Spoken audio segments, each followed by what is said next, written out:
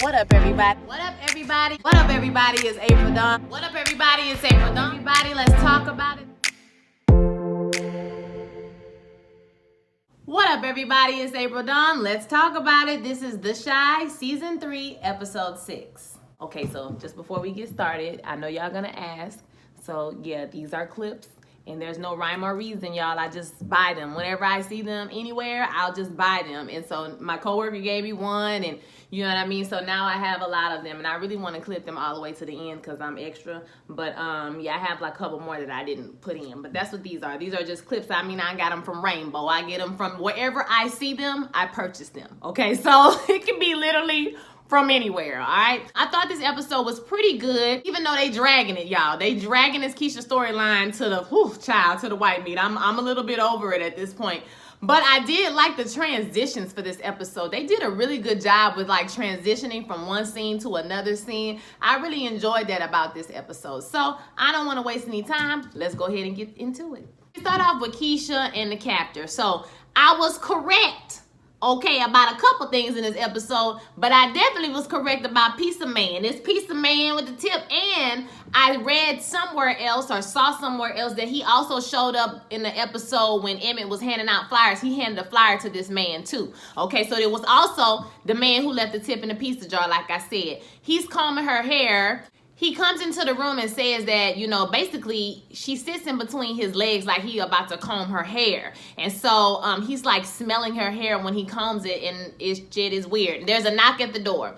So the knock persists, and he goes to the door, and we see that it's Ronnie. Now, we remember in the last episode, Ronnie heard screaming. You know, I guess he done figured out some kind of magical way that this is the house. And so he goes up to the door and he asks the man, hey, I think I heard some screaming the other night. And the man says, yes, my wife heard about that too, but she said it was from the house coming from across the street. So then he asks him to use the bathroom. And so he says, yeah, I don't have a pot to piss in, basically telling him I'm homeless. Like, I don't know nobody who just let homeless people come into their house to use the bathroom, but I'm pretty sure there are some people who are this benevolent. And, you know, maybe he's trying to play it off. I don't even think the man have a wife. So my thing is, that's the easy way to tell that he lying, because he don't even got no wife. I haven't seen no wife, no woman around there. So anywho, Ronnie, you know, works his magic and he gets inside of the house. Now he's looking all around. You know, the bathroom is upstairs, so the man sent his ass upstairs, and he, you know, looking around, being nosy.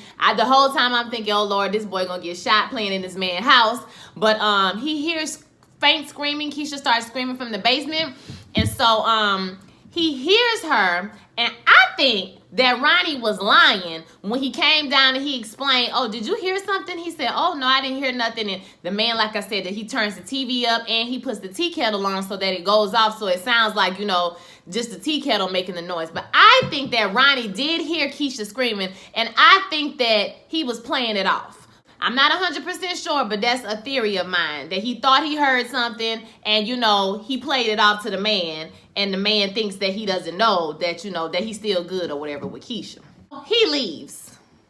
And then the man goes back into the room with Keisha and basically starts telling her about his crush. You know, he had a crush. She had natural hair. It was wild and free. And, you know, he told her that he liked her, and she rejected him because she wanted to date a football player or something like that. And, you know, then she became a hoe. She was giving it to everybody. And now she fat and she got kids and she on welfare. And I couldn't save her, but I'm going to save you. And he starts to cut off her hair or cut that wig, child, because it wasn't her hair.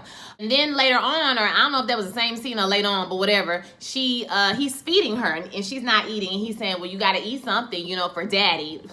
And she asks him for something. She puts her hand on his hand, so she kind of trying to play the game now. And so she asks him, you know, if I'm good, can I get something from you? Can I have a favor? So moving right along, we got Nina, Dre at the house. Today is Kevin's birthday, and Nina's having an emotional moment, and Dre is there to like help her. I like Dre. I'm starting to really like Dre this season. She's a very supportive wife, good wife, okay? She tells her, you know, to get through the moment. Basically, she had to get through that moment for Kevin. And she tells her, don't worry about everything because we got a surprise party planned for Kevin. Me and Papa have already planned everything out. So when Kevin comes down, she's like trying to press him about having dinner, and he doesn't want to. He wants to hang out with his friends. And she was like, well, why don't you just, have dinner with us and you can go hang out with your friends or whatever. And he's like, okay, fine. He seemed like he really don't want to, but he's just trying to appease his mama. Then we see Kevin and Gemma at a skate party. So they at the skating rink. They're having a good time. They're waiting on Papa and Jake to show up. And he kind of like getting a little frustrated because they're not there. And Gemma is like, well, it's okay if I invite my friends. And he's like, cool, fine. But we know that her friends are going to be, not black, okay? Because she goes to this prep school or whatever. So, ain't your friends. So, he texting his friend like, can y'all hurry up? Because she about to invite her whack-ass friends. You know what I'm saying? Like, can y'all hurry up and get down here? Later on, I'm just going to go ahead and skip to this. Later on, Kevin gets upset because he hears the friends that end up coming. It's like an Asian girl and a white girl. I think they come and, they're talking about his sister, and he overhears it, and he goes to Gemma like, man, where is Jake? I told my people don't say nothing. He automatically thinks that Jake is the one who told him because I think they said Jake's name, and so he thinks that Jake told them, and Gemma's sitting up there with a stupid face. I knew she had told. I knew she said something. When she wasn't really saying nothing about, nobody else saying nothing, she was just like, I knew that she told. Kevin seems to be really upset about this. So Emmett and Tiffany go, and Tiffany's picking up her supplies. So she re-upping her weed or whatever. Now it's important to remember that Tiffany is not legal at this time. So she tells Emmett when they get into place, the dispensary, hey, don't be up here touching stuff. But y'all know Emmett, he like a child. He up there knocking shit over and just being clumsy. So she goes to pay for her purchase, and Emmett tries to broker a better deal for her, right? Because he always trying to be a businessman, and she like, hey, just be quiet. And he like, I want to talk to the manager. He asked so many times that they like roughed him up a little bit and was about to kick him out, but then comes out the manager, the owner of the place, is Hannibal, Brandon's cousin. Y'all remember him? So I was good to see him. I was glad to see somebody, child, from the season before that they just done long lost and left, okay? So he tells him that corporate America wasn't for him. So, this business right here was going to be lucrative for him because I think weed is legal in Illinois, if I'm not mistaken. Y'all correct me if I'm wrong. They chop it up a little bit, and Emmett tries to negotiate her a deal, saying that, she's getting you way more distribution. She can sell your product to this person, this person, this person, and you know what I mean? So you should give her a better deal on it. So, it's a win-win. So Hannibal's like, cool, that's fine, do what you do. Now, when they get outside, Keisha, when they get outside, Tiffany is like, listen, you got to get a job and do your own thing. He was like, well, why you don't, we work good together. We a team. I can help you. And she's like, I'm not legal yet. Okay, so my thing is, Tiffany, don't you get into business with Emmett. Emmett ain't had no successful business yet. And my thing is, if you're not legal, you can get yourself in trouble. You can get Hannibal in trouble. You can get everybody in trouble. And more likely than not, you gonna get in trouble than not. Because Emmett always get in trouble. He tells her he got her, but I don't believe it. After that, they go to do a delivery at a tarot card lady's house. And the lady making all kind of damn excuses and talking about she don't want to have no debts. So she want to give them a tarot card reading. Emmett like, I want the money. I'd have been like, ma'am, save your reading. Give me my coins. Okay, I'll be back tomorrow. The hell? Tiffany wants the reading. So the lady reads the cards for them and tells them basically that, they lovers. Oh, that's good. And then she read another card like, oh, there's trouble on the horizon. And Tiffany is like, make it plain. Okay, we don't know what you're talking about, ma'am. Can you just make it plain? And she's like, hey, your penis wants more of a JJ than, you can provide, Tiff. So, basically he gonna cheat on you. And Tiffany is all upset and angry. She walks out and she's like, Emmett, you better not be cheating on me. He's like, I'm not cheating on you. I swear to God, I'm never gonna cheat on you. I love you, da-da-da-da. But y'all know as soon as Emmett said he not gonna cheat, he probably gonna cheat. Okay, I'm trying to have a little faith in Emmett, but he has not came through one time, y'all. Not with nothing but the Instagram for Brandon truck. That's probably the only thing this nigga came through with, selling sneakers. Other than that, he always get in trouble. And when is you gonna say you sorry to Sonny? That's what I want to know. Trigg is at the house and Jake comes over. Trigg always got that gun like he got to shoot somebody. So he comes into the house and they start talking and about Gemma,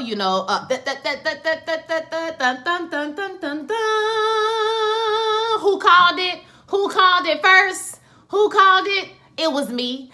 I said that Jake liked Gemma and Gemma was going to be a problem in their relationship. I already knew what time it was. Because don't nobody say they don't like you and they can't stand you and you bougie, you this and you that all the time. Unless they like you. Why they worried about you so much? Okay? So, Trigg called and he said, what about Kevin's girlfriend? He was like, Gemma, I can't stand her. I can't stand her. She thinks she better than everybody else, because her daddy got money. He was like, usually when you say you can't stand him, that probably mean you like her. And Jay gave the look like he like her, okay? He like that girl. I told y'all. I told you. Trigg says that Reggie had 50 G's stashed in a wall somewhere. He's like, where is it? He like, Reg ain't have no money. Reg was always broke. He like, no, he told me he had 50 G's in the wall. And so they're going to go find the money. On the TV, interrupts them is an interview. And Trigg is like, turn that up. And then we hear that it's Opal. Here's a great transition that they did. The interview with Opal, this is Otis Perry's mama, or Duda's mama. And she said, basically, in a nutshell, basically, Opal is saying that Otis ain't shh, and y'all don't need to vote for him. I raised him. I know he ain't okay, because I ain't, no, she didn't say that. She said that she endorses Camille. She will be a much better mayor for the city. So we transition to Otis and Rose, or to Duda and Rose, and they're watching it. Rose is pissed off, and he's saying that he's not going to say anything. That's still his mama. You know, don't disrespect his mama, and he ain't going to say nothing. He going to take the silence route. And Rose is like, silence is not your brand. And he like, shut up. I'm like, oh, Lord. So Rose is frustrated. She gets up and leaves. Next thing we see is Rose and Mama at the house. Okay, I don't know why they did this at his house. I don't know. She could have went to her, but okay, you trying to keep a secret. Okay, girl. So anywho, she went to her house, and the mama is over there. Mama got an attitude, basically giving her mama joy. Like, I know Candy was sitting up there feeling like Todd. This is what Todd be going through. She talking about the chair. She talking about this. So Rose offered her 20 stacks or 10 stacks to be quiet. The mama say, what I'm going to do with that? Okay, so she put another 10 stacks on the top. And she said, I'm sure it's more than Camille gave you. So she gets mama to sign the NDA. And the mama got an attitude, you know, the whole time. She put the cigarette out on the table. She tells her that, you know, she didn't go, or Camille didn't come to her. She went to Camille because she know her son is trash and he shouldn't be running the city. And Camille is a low down, you know what I'm saying, what she said, she low down, she, you know, basically the hoe is unscrupulous, okay? She'll do anything to get power, and she like that. She gonna be a good-ass mayor. And she turns around, and Otis was standing right over her shoulder like, what you said? What you said, mama? He tell her, get out of his house. And he also screams at Rose and tells her that he was just starting to trust her. Jake and Trigg are playing basketball. They talking about memories, okay? Different memories they have of him. You know, Reggie told him that Trigg beat up somebody for taking his shoes, and then he let him have the shoes or whatever. And then he asked him why he left us. And he says, well, you know, I left. I was still trying to be a man. I was trying to get away from everything that was going on here. And he was like, you left us because you wanted to be a man? And you left us without a man? And he was like, listen, I know your life is hard. I'm sorry. You gonna be mad at me forever? Like, what you gonna do? You mad? Do you want to hit me? I see your fist balled up. Okay, you standing up here with your chest poked out. What's up? Hit me. So Jake hit him, and it looked like this shit hurt a little bit. Okay, so Jake hit him. He tagged him one time, and he was like, all right, cool. So I know you angry. I know it was something behind that, but basically, I'm not gonna be a punching bag for you. So are you good? And he says, we're good. And he like, boom, let's go find this money. So they go to the trap house. Y'all remember the trap house from season 1? So they go to the trap house, and, you know, they poking all over the place. And then they see a place in the wall where it's been, like, you know, redone over. And so he pokes a hole in there, and he finds the $50,000. Like, nobody has thought to do this before this, but okay. So, you know, he finds the money. And right when he finds the money, this guy comes around the corner, and then Trigg beats his ass like with a tire iron or something. And what shocked me was, like I told y'all, uncharacteristic of Jake. So how was you so scared of Duda beating somebody up, but you're not scared of your brother that's beating somebody to death with a tire iron? Why was you not just as shocked? He stood up there like, oh, okay, like it ain't no thing. I'm confused. How you be scared sometimes but not other times? Like, I don't understand that writing or that characterization for Jake. Like I said, they went through hoops to show us that he was a gangster, that he was getting hard, that he could, you know, be this about this life when he really ain't about this life. But you know what I'm saying? Like, they went through all those histrionics, and now he was scared one week. This week he ain't scared. Is the nigga scared or not? Like, that's what I need to know. So after he beat the dude up, he's like, Jake, you know, Jake feels some type of way. Like, that's what to do to people. Like, he gonna kill you. And he was like, Jake killed Duda killed Reggie, and Jake don't believe him at first, but then he says the Wild Boys killed Reggie. And he like, well, do you think that the Wild Boys would even still be around if Duda knew that they killed Reggie and nobody, he wouldn't retaliate, he wouldn't do nothing? No, he told them so they could go kill him. Okay, he told them about the money he stole, I think it was, and so they could go kill him. And so Reggie has, you know, now his eyes have been opened, you know, to the fact that Duda is a trash person and all of that. So Trigg is like, it's either me or him. You're going to have to pick. Next thing we see is Duda doing a press release, which his mama put his nickname on blast too. I just want to let y'all know she said Duda is his nickname. He's doing a press conference or a press release basically saying that his mama is crazy and she been having mental illnesses and they need to put this in his campaign, okay? And as a matter of fact, you know, she was talking about Camille, but I have some audio from Camille where she's saying some things I think the people need to hear. So he plays this recording of Camille, and you know, Camille has already said that she, you know, goes to low income areas and all this kind of stuff. So on the tape, she's saying that she's paying these pastors to go into their church because if you don't have nothing else to believe in but God, you'll believe in anything. Basically, I'll come down there and tell y'all something. I told y'all it was something about that political speech that rang a little false to me. That whole, my neighbors used to whoop me. You know, they used to like, how many times have we heard that, y'all? I remember the Chicago I lived in. You know, if I was bad, my neighbors would whoop me. I mean, that ain't just in Chicago. It's like the whole black experience. So I just felt like, yeah, it was a little patronizing to me. I didn't really, you know, I liked her, but I was just like, it sounded real cookie cutter, real, you know, cute. So Camille on some, because you remember she was paying Papa too on the last episode. So, you know, it's something going on with Miss Camille. Oh, this ain't no better though, child. They doomed either way. Chicago reminds me a lot of New Orleans because we have a lot of shady, slimy politicians too. Like that's whole shady politics, kickbacks, money, all of that stuff. Like all the shady cities where they have those shady and, you know, low down politicians. Louisiana is one of the places too, baby. Ronnie and Grandma. So Ronnie takes out his grandma. He gonna take her to out on the town or whatever for a nice time. She looked so pretty in her dress and her hair. She was giving me Billie Holiday vibes. I was here for it. And she was really giving me like a Ella Fitzgerald vibe, right? She was giving me a Ella Fitzgerald. So they went to this place, I think it's called Foxy's, and she used to own it back in the day. So, you know, she used to own this little jazz club. So she comes into the club and, you know, she getting herself ready. You know, for a minute, she like, I gotta go up. You know, the next act is coming up. Like, she had to announce it. But, you know, she comes back to herself and they realize that this club is not a jazz club no more, baby. It's a strip club, or at least it's strip night, okay? So the man come out and he started shaking what his mama gave him. And, you know, Miss Ethel was like, you got some ones? I'm trying to see what it do, okay? Let's try to see what that dick do. What's up?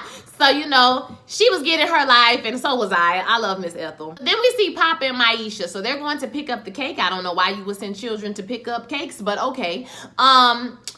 They're going to pick up this cake, and the cake is jacked up, and the people got an attitude, okay? And while they in line, Papa is asking Myesha, you know, why is she not ready to basically go public with their relationship? And she says she don't know why. Well, people always be in their business. I'm like, girl, who are you, girl?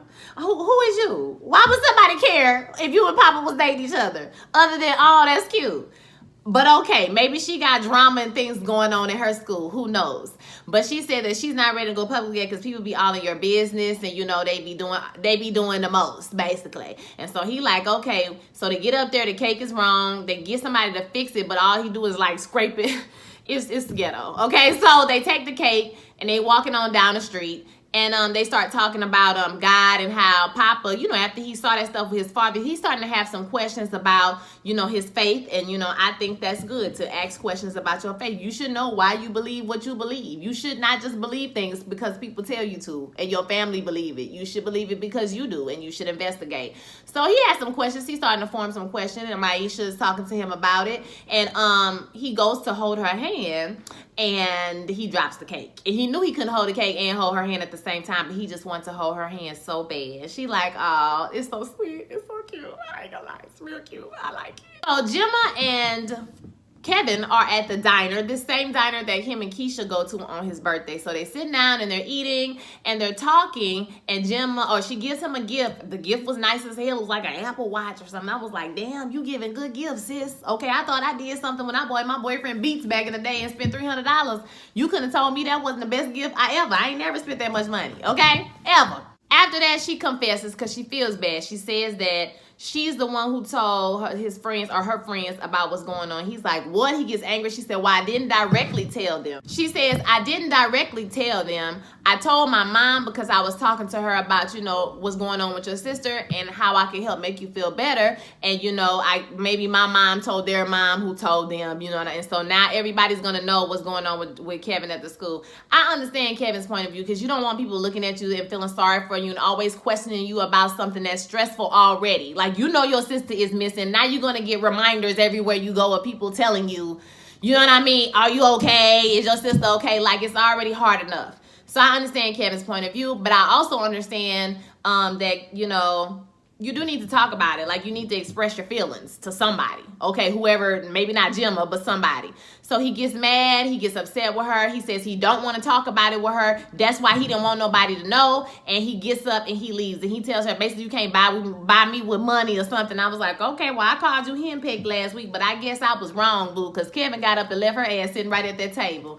And so Gemma starts to cry. I little felt bad for Gemma, too, because she's just a child, and she was just trying to talk to her mama to get ways to help. Really, it's the messy ass mama fault. Why you calling telling this boy business to other people? Okay, mama, you was messy, Gemma mama. Kevin goes home, and when he gets home, everybody's already there.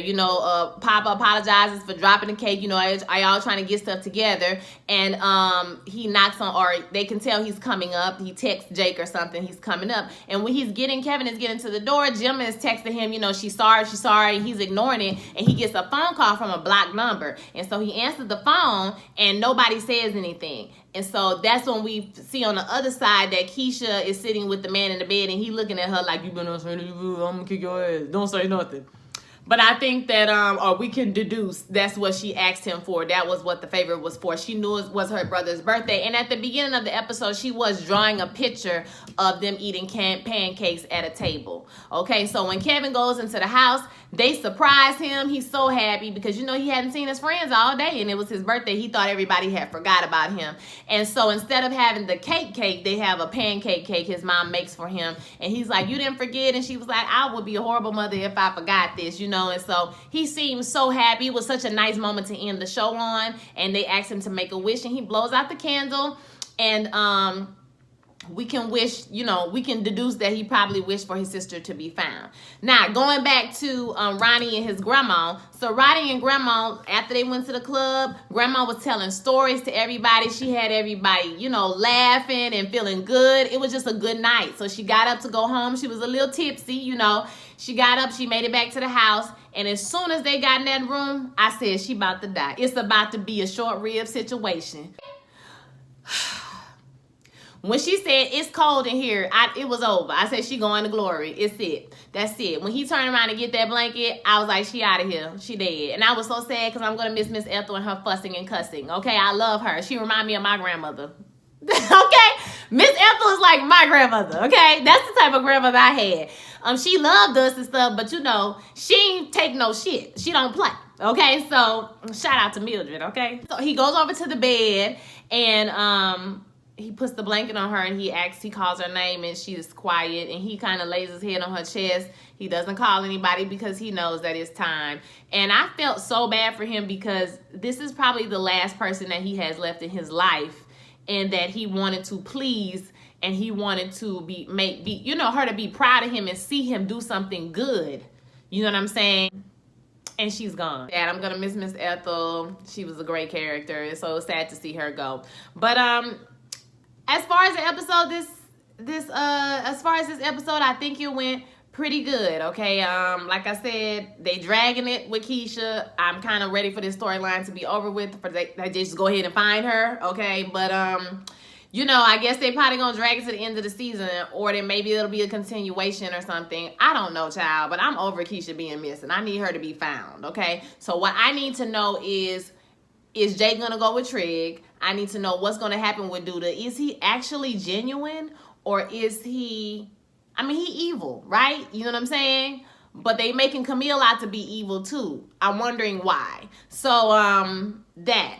And also, I don't care about Emmett and Tiffany at all. I'm sorry. I don't care about them. I don't see it for them being together because my thing is Tiffany always be hopping up talking about going to work and do this, but why haven't you taken the steps since weed and is legal in the state? Why haven't you taken the steps to be legal so that you won't go to jail or get fined or lose your whole life behind, you know, doing this stuff illegally? So I don't see it for Emmett or Tiffany because they don't know how to handle their business. And I'm over both of their ass. Y'all grown. Emmett got 3 kids. You got 1. Y'all ain't got no apartment. Y'all don't have no rhyme or reason to what you doing, child. I'm over it. Why wasn't Emmett ass apologizing this whole episode, writing a business plan, and trying to figure out how he gonna get his business instead of following Tiffany around? I'm over both of their characters. I don't care, okay, about neither one of them, because at least Brandon served another function on the show as a role model, and you know, his brother got shot, and you know what I mean, and he was a role model to Kevin,